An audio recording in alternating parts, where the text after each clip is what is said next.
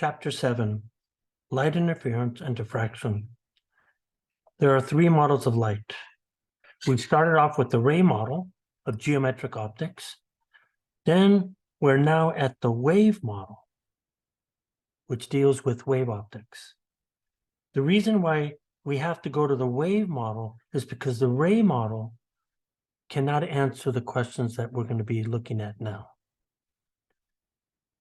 In the next chapter, we'll start to look at the quantum model, and we'll see here that the reason why we have to go to the quantum model because it can't answer the optic question. Wave model can't answer these optic questions that the quantum model can.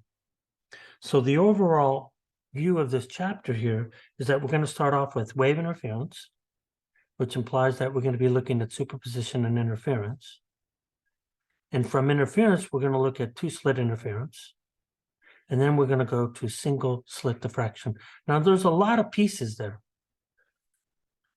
that we're going to have to go through, but that's sort of like the overall picture. Here we are. Lecture 7.1, Superposition of Waves.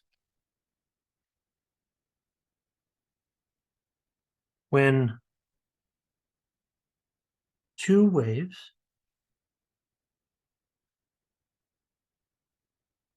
overlap at the same place and time, they become superimposed.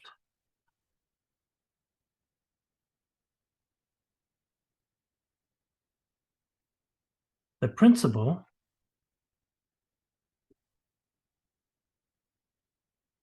of superposition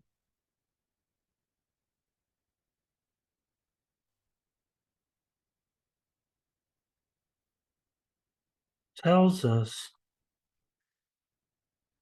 what happens to the wave amplitude and phase of the resultant wave.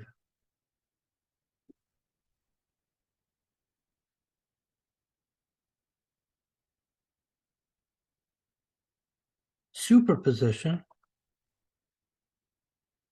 is important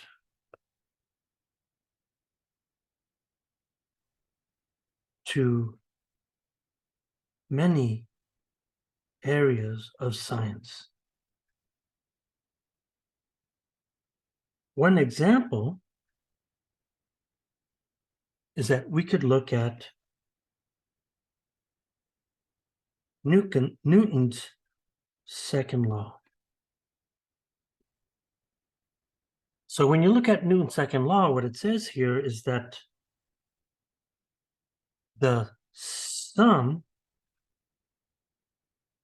of all vector forces acts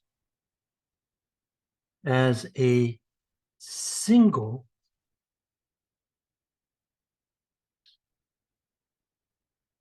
resultant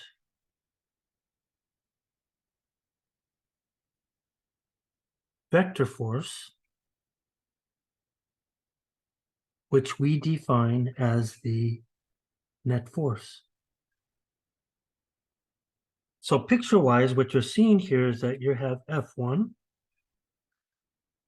plus F2 plus F3, or however many forces you have. And it's the sum of all of the forces that we define the net force. In other words, this here is the sum of forces. And then right here, this is a single effect. So when I look at this thing here, you could imagine that I have a block. And if I look at this block, I can have multiple forces acting on this block. I could have this F1 acting in that direction. I could have F2 acting in this direction. Or I could have F3 acting in this direction. But when we say that there is a single effect, that means that I have one block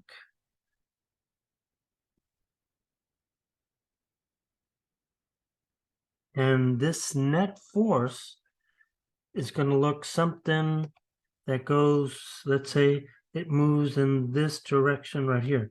This net force is the single effect.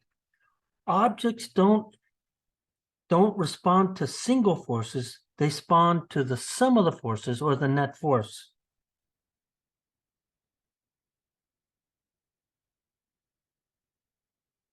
So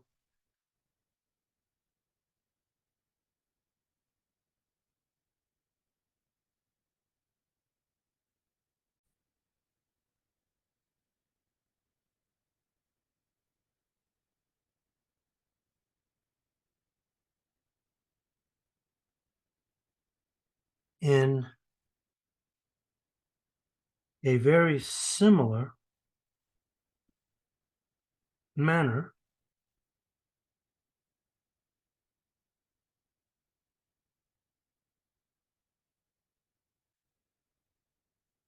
superimposed waves occur when two or more waves are at the same location at the same time. At this particular location and time,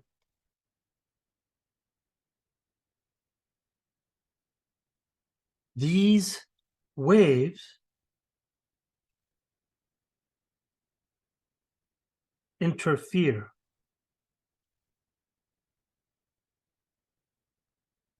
which means that they superimpose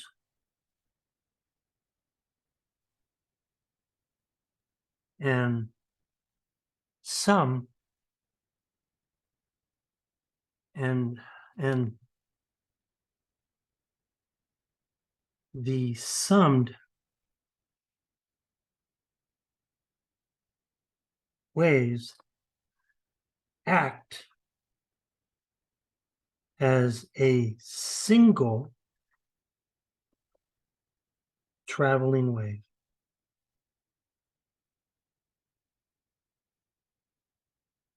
Now note that this is only for a brief instant.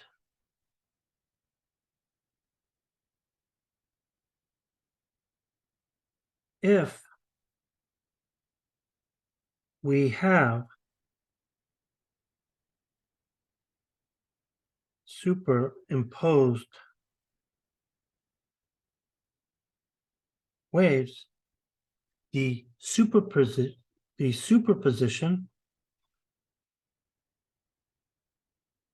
principle states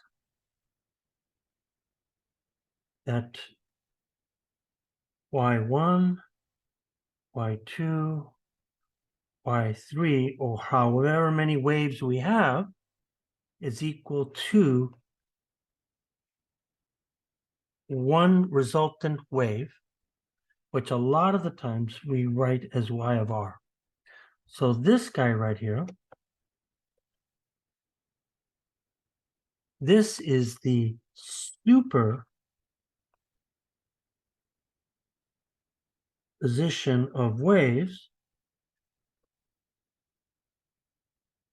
And then here, this is the single effect. Now, even though I did not state it, y of t is the vertical displacement of a traveling wave. So this is the superposition principle for waves.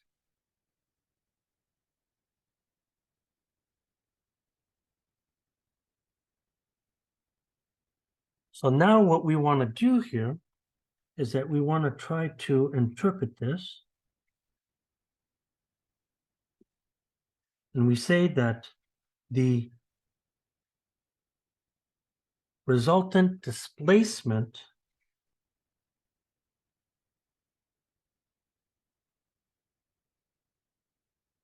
at any point is determined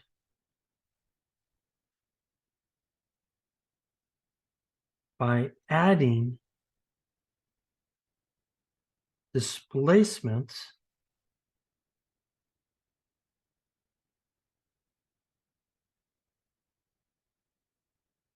produced by individual waves.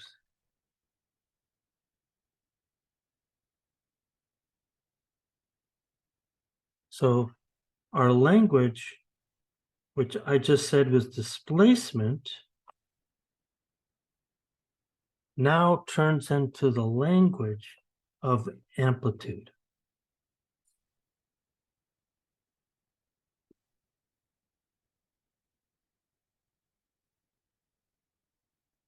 So if I have a traveling wave, so I could then say, so again, this is just a brief review.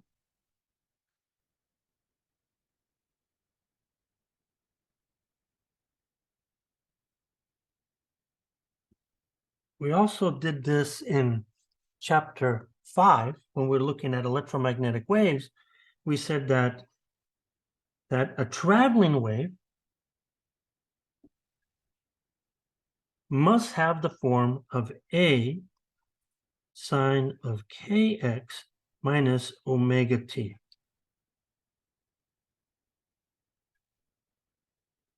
Now,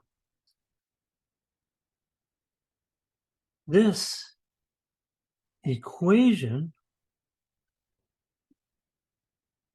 is a three-dimensional animal, but we're only going to look at the two dimensions that it depends on.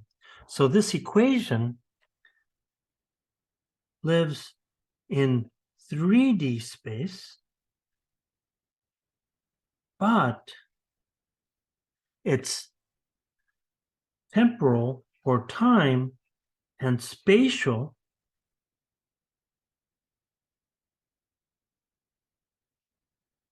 picture are in 2D space. So what do I mean by that? Well, if I look at the time picture,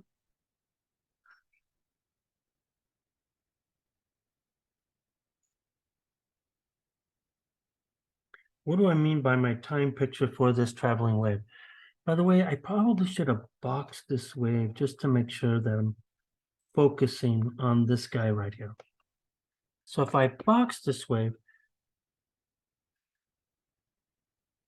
then what I'm going to imagine here is that I have a wave that looks like this. So my wave is going to move like this.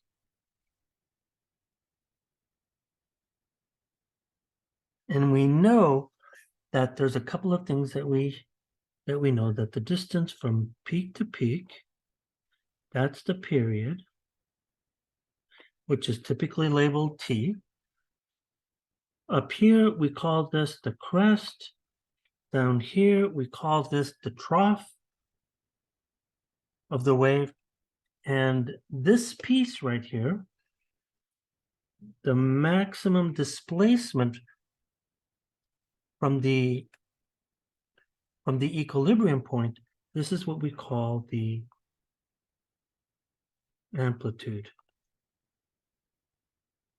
And what we're saying here is that the period, we could then say that the period is the time required to repeat a wave pattern.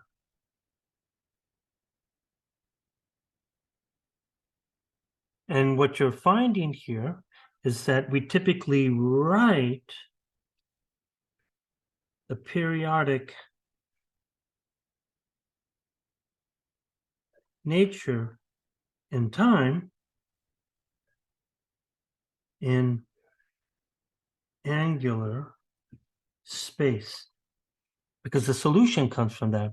And so then we've already defined that omega is equal to 2 pi frequency, which is also 2 pi over the period right here. So once again, this here is the angular frequency. This guy right here is the linear frequency. And of course, this one right here is the period. So the angular frequency tells us about how a wave is periodic. And if I just go to the spatial picture,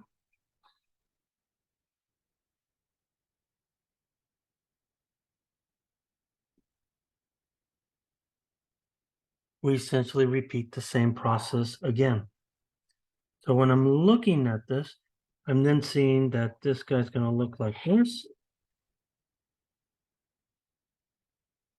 And in this case, over here, we were plotting y of x of t.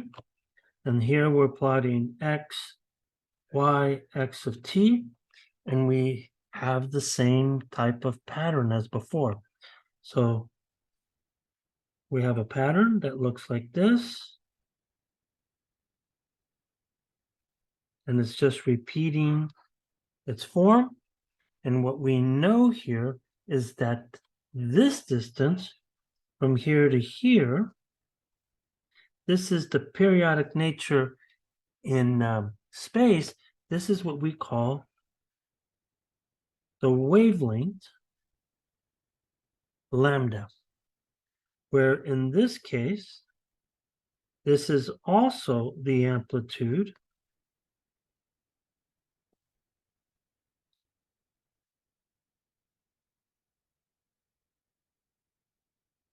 And very analogous to what we set up above here, this really tells us that the wavelength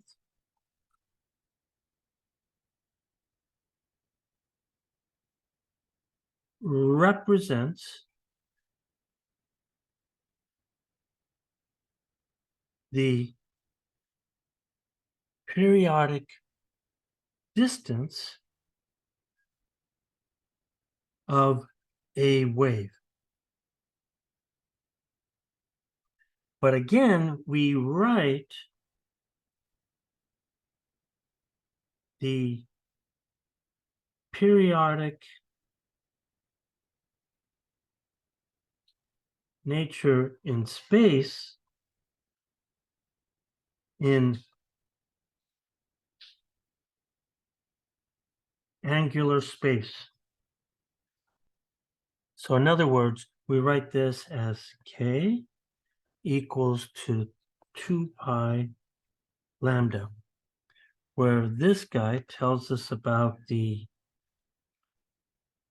wave number, and this guy right here is, of course, the wavelength.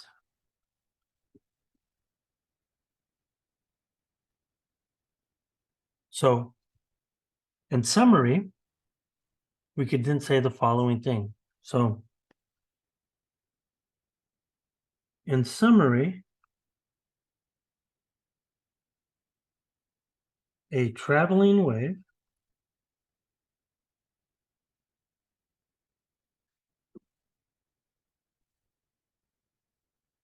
must have this form. Okay. It must have some amplitude, and then it has sine of kx minus omega t, where this guy right here is what we call the wave function. We've talked about the amplitude, the angular frequency, everything. And what this really tells us here is that if I have a wave, and this is traveling both through space and time. So when I look at this wave, what I'm seeing here is that this wave is traveling.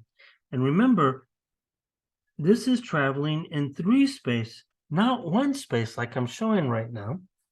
And what we know here is that this wave is moving in this direction. And because it's moving in this direction, it's traveling through space, which means it must have a wave speed, which we define as v. The wave speed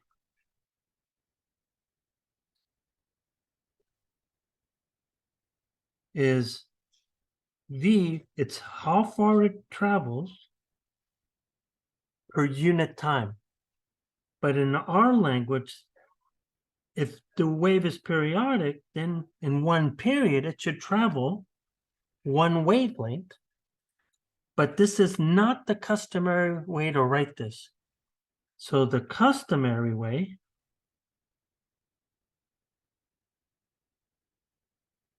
looks like this, that the speed is the wavelength times the frequency, which is also equal to omega over k.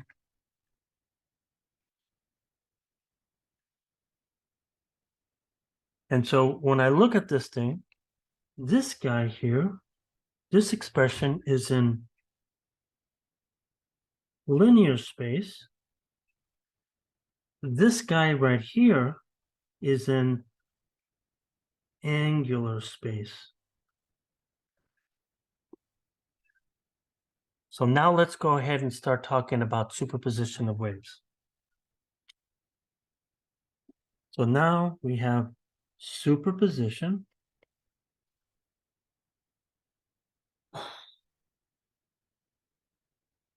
of 2 waves.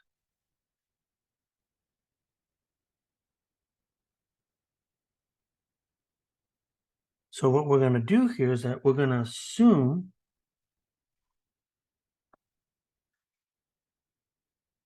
two traveling waves moving in the same direction.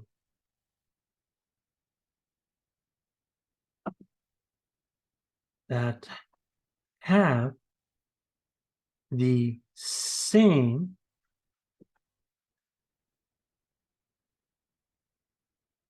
wavelength and frequency.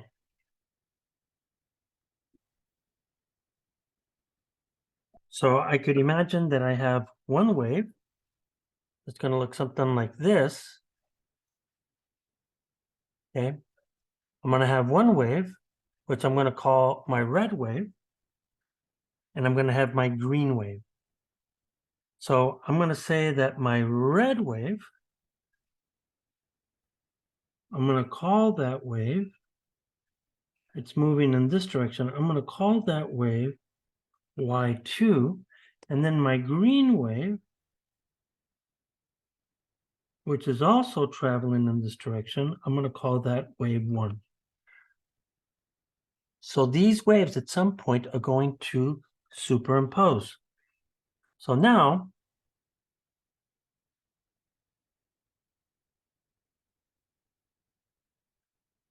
mathematically, we add, maybe I should put this big, we add these waves using superposition.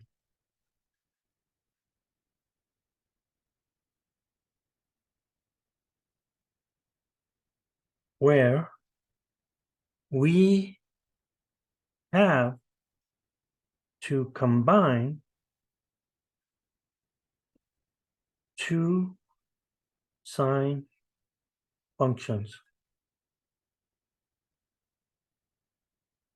Okay, two sine functions. So here we go. So if I look at this, that means here I'm going to have one wave R, which is the resultant, and then superposition says that I'm going to have wave 1 plus wave 2. And so when I look at this, I'm going to see that this wave has a sine, and this guy is going to be kx minus omega t. And the difference here is that the red wave is going to have, it's going to have the same wavelength, the same frequency. So that means k and omega must be the same for both of them. But in the red case here, I'm going to have a phase difference. Okay, so we have to combine these two. So to combine these two sine functions, use the trig identity that reads, let's say, sine of alpha plus sine of beta. This is going to be 2 sine of alpha plus beta divided by 2 times cosine of alpha minus beta divided by 2. So if I now apply that, so then I'm going to get here is that now applying this to y of r, we then see here that I'm going to define alpha as kx minus omega t, and I'm going to define beta as kx minus omega t plus phi. So if I put this together here, I really am going to have something that looks like this. So y of r, so look at, there's a 2, and then I have to multiply sine and cosine. So then this is going to be sine, wait, let me make sure here. So this is going to be sine of alpha, which is going to be kx minus omega t plus kx minus omega t plus phi divided by 2. And then the cosine term is going to be cosine of kx minus omega t, but this guy has a minus sign now. And then in this scenario here, I'm going to get minus phi divided by 2. So when the dust settles, this is what we find. By the way, I missed something. Note, I didn't put in an amplitude. I needed to put an amplitude. So then I'm going to get 2a. So then the first thing that I'm going to see is that the sine, note that's 2k plus 2k divided by 2. That's going to give me kx minus omega t. Then I'm going to get a 1/2 phi. Right, I get 1/2 phi. And then this other one is going to be cosine. And I'm going to get minus 1/2 phi.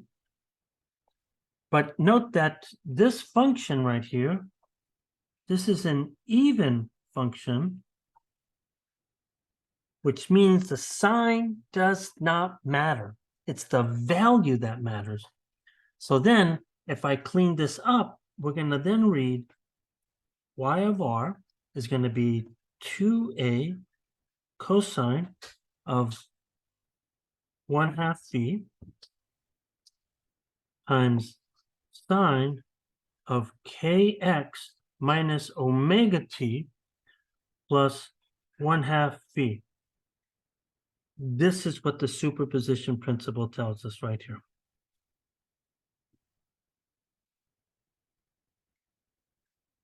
So now what I want to do here is that I want to compare this. Okay. I want to compare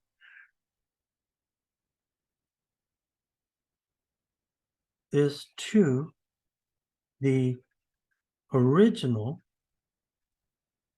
wave function.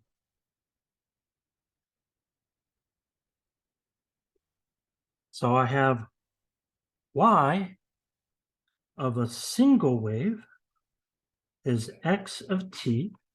This is going to be a sine of kx minus omega t versus the resultant wave. Due to superposition, I'm going to get 2a cosine of 1/2 phi times sine of kx minus omega t plus 1/2 phi. So let's look at the important pieces here.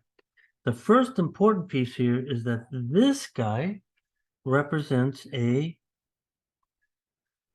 traveling wave.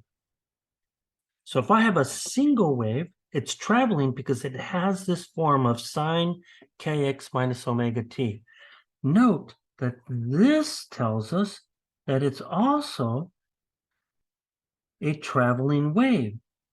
But now it has this phase, it's a traveling wave with a phase of 1/2 phi, but it's still a traveling wave. In this case, it's a wave traveling to the right. Now, another thing that you should pay attention to here is that this is the amplitude. And right here, you could see that the amplitude has changed. This is now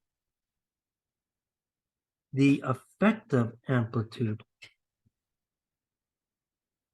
It has changed. So now, we'll start off with the question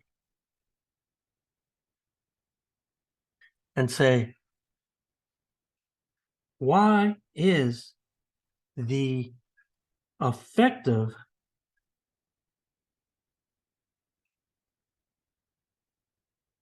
amplitude the important piece? And what we're going to do here is that I'll start off with a simple analogy. Which kind of wave packs a greater punch? And the answer is, of course, that it has to be a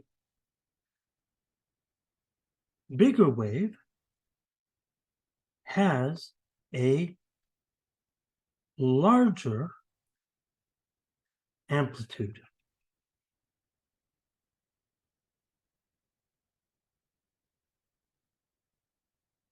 However,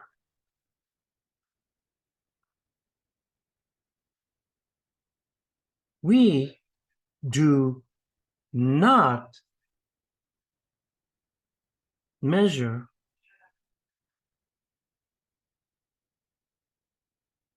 wave amplitudes, but intensities.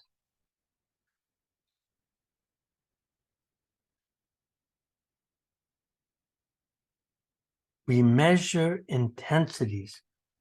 So we've said this before, the intensity of a wave is the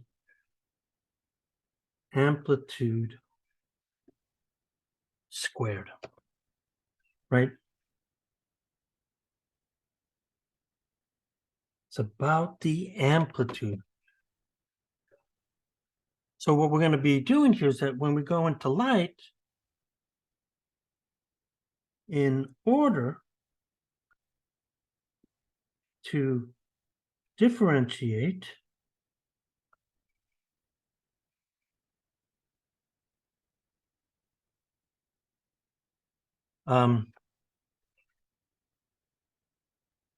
between bright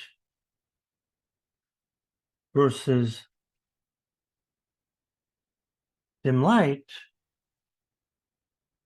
it is the intensity that decides this. For two superimposing waves,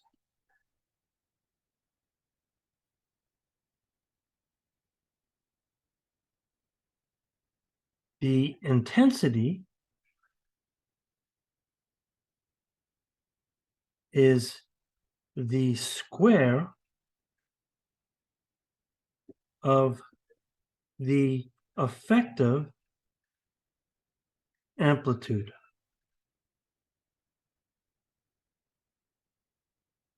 In other words, if I have a single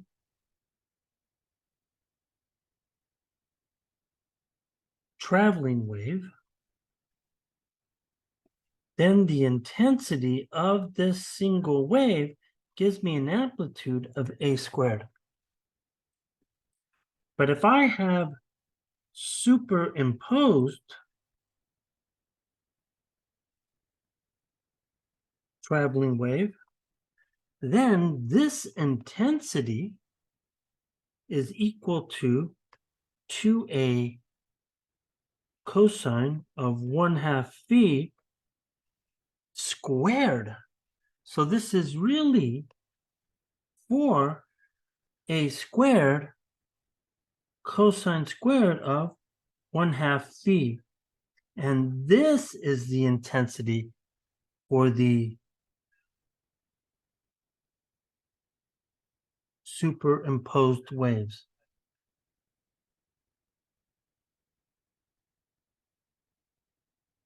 And that becomes important. So to grab the meaning of superimposed intensity, we need to look at the maximal interference conditions. Okay, so owing to the fact that I, the intensity for superimposed waves, is proportional to cosine squared of 1/2 phi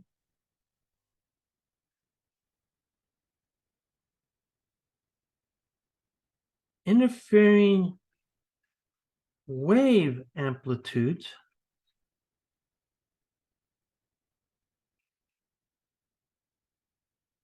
vary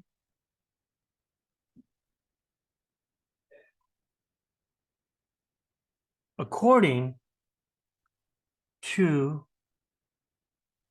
the phase. Now, we should be careful by the phase because it's really a phase difference, but most people just say the word phase. So it's typical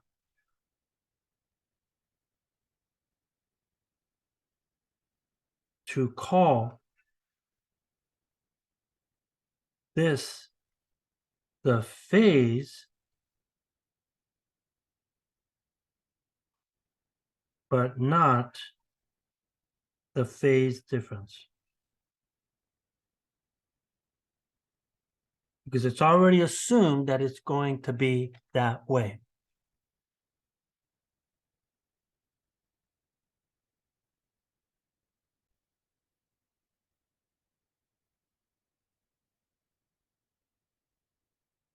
So let's look at this language of phase before we go on to interference.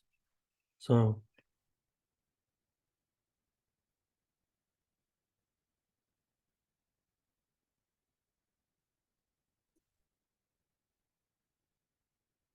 as an example, let's talk about circular motion. Circular motion has a phase difference relative to two different points. So if I look at this, I'm going to create a unit circle, and I can imagine that I have a circle that's going to look like this.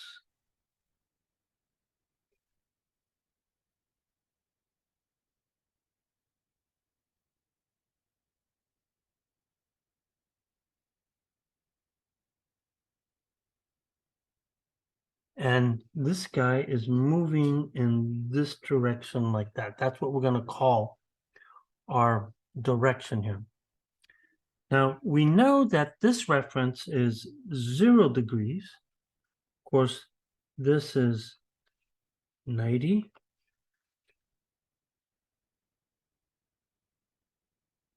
180, 270. And the way we typically do here is that we call this guy the reference. We do this with position too. So you could imagine that I am moving and I'm going to keep moving till I get to, let's say, this location. And so what I'm looking at is that I'm looking at this angle relative to this point here. So I'm going to say that this point here is 135 degrees. So that means here that my phase here should then be 135 minus 0. So it should be 135 degrees. And this is what they call the phase, or the phase difference of this circular motion. Waves are also periodic and can be defined in terms of phase. So the location of a wave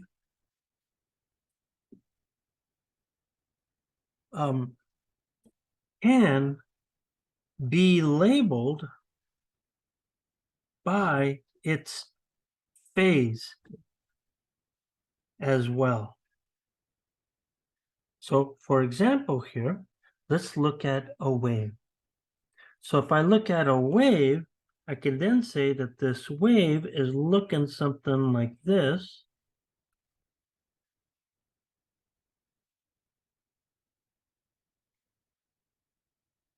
And you can see here is that if I start to label my points here, I can call this 0 degrees.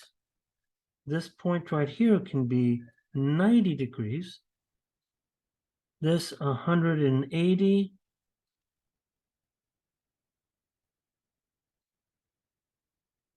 To 70, and finally, this would be 360 degrees. So I can look at a portion of the wave. So a portion of a wave can be labeled solely by phase. So for example, so if I think of some examples here, you could imagine that I have a wave that does this. What happens if I have a wave that goes from here to here? Well, that phase, the phase in this case, that has to be 90 degrees, or I could say that this is a quarter of a wavelength, because that's only a portion of the wave. I can also have a wave that can look like this.